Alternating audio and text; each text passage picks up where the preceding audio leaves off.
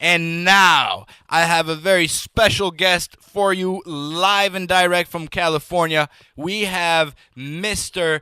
Daniel DiCriscio on the air. How are you, sir? Can you hear me? Yes, I can hear you loud and clear, man. I'm doing great. I'm here in Beverly Hills on a nice sunny day in a pair of shorts, man. Oh, my God. You're making us so jealous right now. You know it snowed in New York just 2 days ago?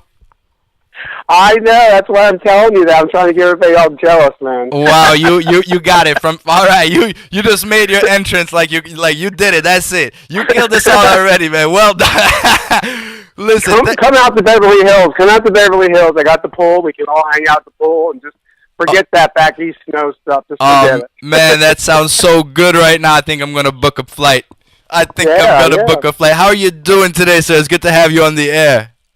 Oh, man, I'm doing great. I was out late last night at Jake Shears and Shun's concert, and I was out all night partying with them. So, you know how it is the next day, how it is. Yes, sir. That sounds like fun, though. You know, that's what you want life to be. You want some fun. You want some good energy. Go out there and mix with some good people. That's what it's all about.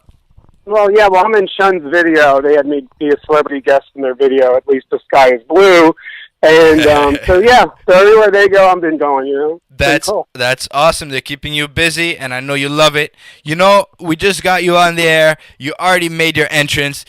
People got a good feeling from you already. I know that. But for the listeners who aren't familiar with you already, could you just give a brief introduction, let the people know who is Mr. Daniel DiCriscio? I mentioned briefly earlier that, you know, you were known as the makeover king, and so I'd like to let you, give you the opportunity to let the people know a little more about that.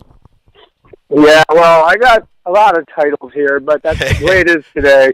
So, no, I'm the Messiah Makeover and also an LA Makeover King, which I was crowned that actually from the Independent in London, the newspaper, because of the Paula Jones makeover I did during Jones versus Clinton. Wow. The deposition and all that, and I flew there, and yeah, so that's what put me on the map, was doing that. Well, tell us a little more. Tell us a little more about that in case some of the listeners, they need their memory refreshed a little bit.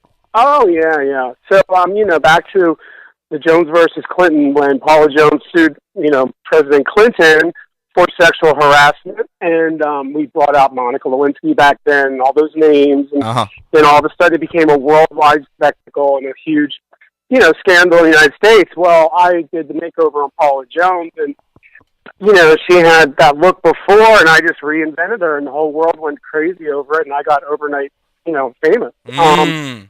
And I flew to the deposition with her for President Clinton, and, all that, and did the deposition and the celebratory dinner, and came back, and I was like the man of the hour, the man of the month, the man of the year. Wow. Crazy. So your work had been seen at this point. Your work had been seen like throughout the world because it was such a big international story.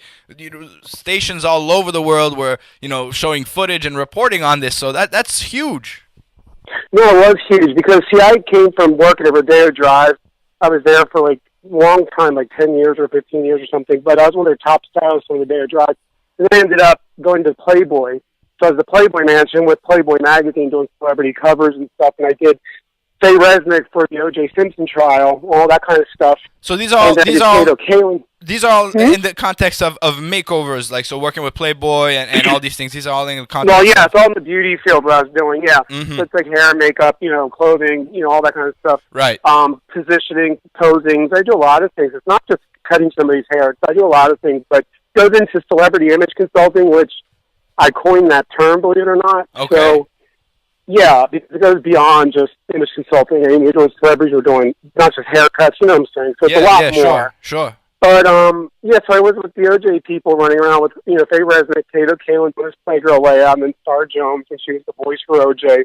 And then I jumped right into Paula Jones by accident. And then, bam, that's what really blew me through the roof, though. Wow. So that was kind of like, I mean, you were clearly talking about working on some serious gigs before that, but this kind of propelled you to the stratosphere level. Oh, God, yeah. I mean, that was just, you know what, it's like, be careful what you wish for. Not that I was really wishing for it, but it's funny because, people, like, think about that kind of stuff, and you don't realize when it hits me. I mean, I got off that plane coming back from Washington, D.C., and my phone was full of messages from every outlet in this world. I'm talking every news media outlet was calling me. And, like, the minute I got off that plane, I had to go right to Extra and do a a one-on-one interview, and it was like one of their top stories that, the next day they put on.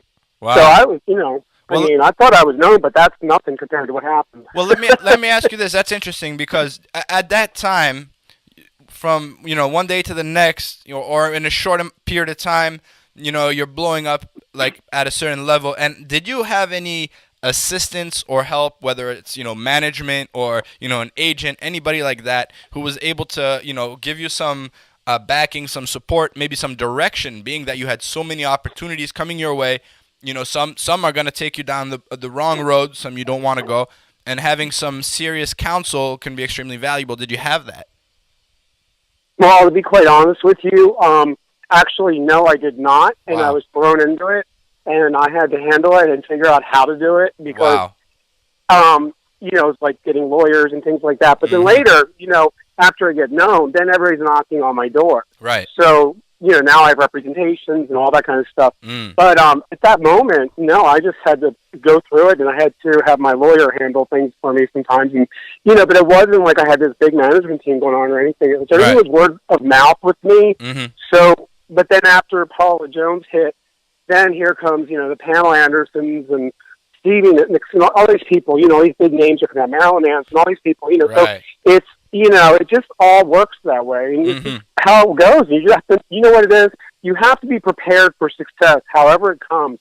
A lot of people aren't prepared, and they just fumble. You know what I mean? So how specifically were you prepared to handle these things?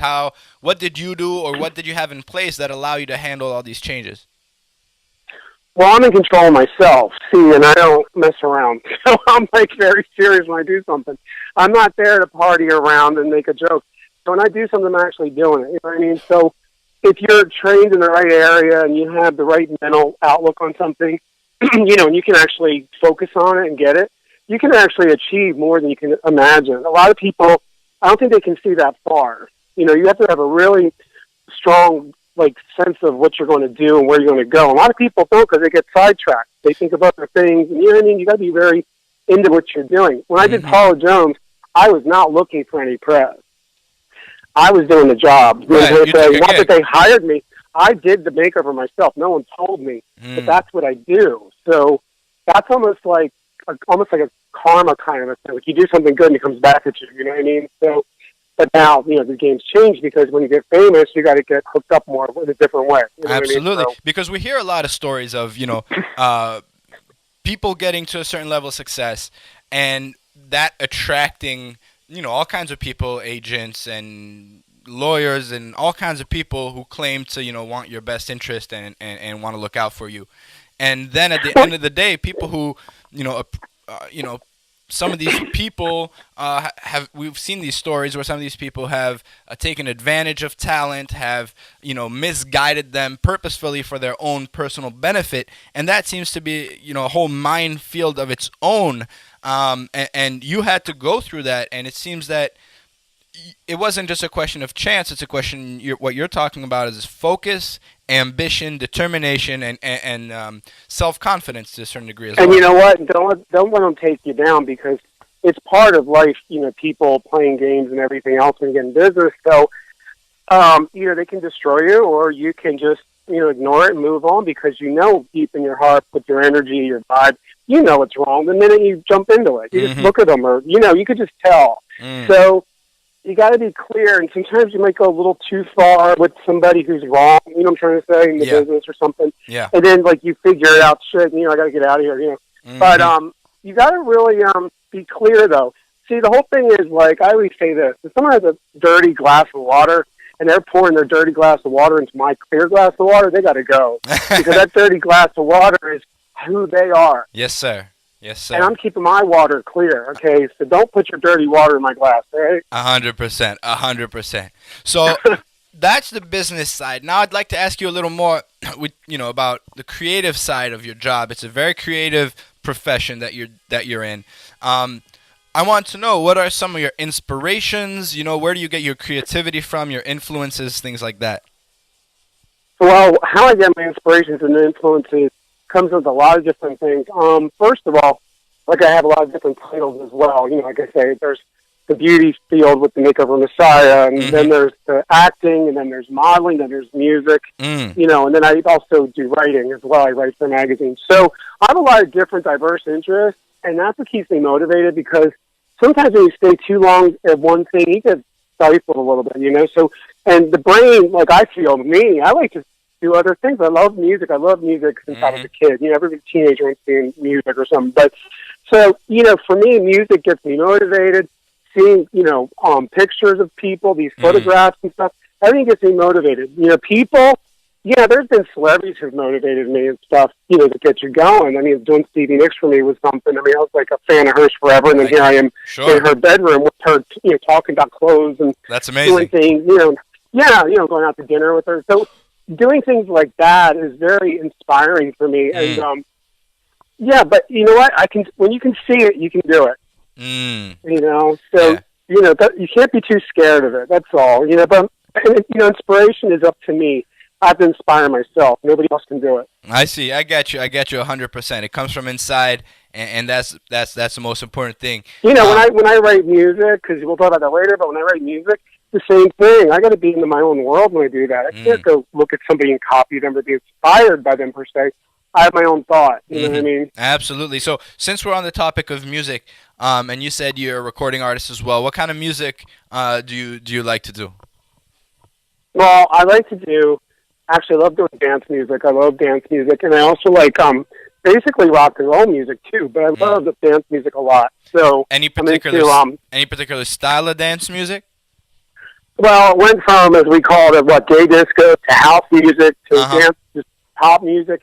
I mean, I've done it all. I've opened for Grace Jones, you know, with my song "Take Me to the Other Side." That was done by PWL of London, who did Dead or Alive, Bananarama, and Kylie Minogue, and all those people. So, you know, I love to do my music, man. You know. And are there any of the how should I say? Are there any of the musicians or communities of musicians in the LA area in particular that you would like to work with or you like to surround yourself with? Well, you know, with me, I do my own music, so I really don't work with anybody. So when you say you do your own music, so you also produce the actual music and you sing as well? Yeah, my original debut album, I did the whole entire thing. I did, you know, the music, the words, everything, the producing. I did it all, and I wanted to own it all as well. That's a lot of that's a lot of work. That must have been a real you know, project of passion to, you know, and labor of love to you know, put in all that work through that project. Yeah, because recently, you know, I have a new label I'm with, and we're doing house music, and I'm working with the remixer guy over in Italy and letting him do that side, you know what I'm saying? And it's cool, but you know, my original music I like to do, you know, I like to do the whole thing. Remixes or something else, you know, like PWL did a remix, this guy in Italy's doing a remix. So, yeah, but, you know, the original music I do. And what do you write your music on, or what kind of instruments do you use, or do you mostly go in the box and use virtual instruments? I usually use a keyboard. I'll do a keyboard a lot. Sometimes I do it on acoustic guitar just to get this thing started up. And sometimes I'll just bring it in my mind when I'm out driving around or if I'm exercising and get the beat in my head. And now that you have cell phones around, you can just record it when you're hitting it right away. Right. You just let the creativity flow. Yeah, exactly. That's awesome. And it sounds like all the interests that you mentioned, all the activities that you're involved with, they all have a very strong element of creativity. That seems to be something that defines you. And you said, you know, from you were young, that was the case. Did you grow up in a artistic or creative household, or was that just part of you, you know, independently from the rest of the universe? I think it was a little more independently me, but the only thing I have to say is, yeah, like my mom was, she was artistic, but the rest of my family, we've all been like very athletic. More athletic people.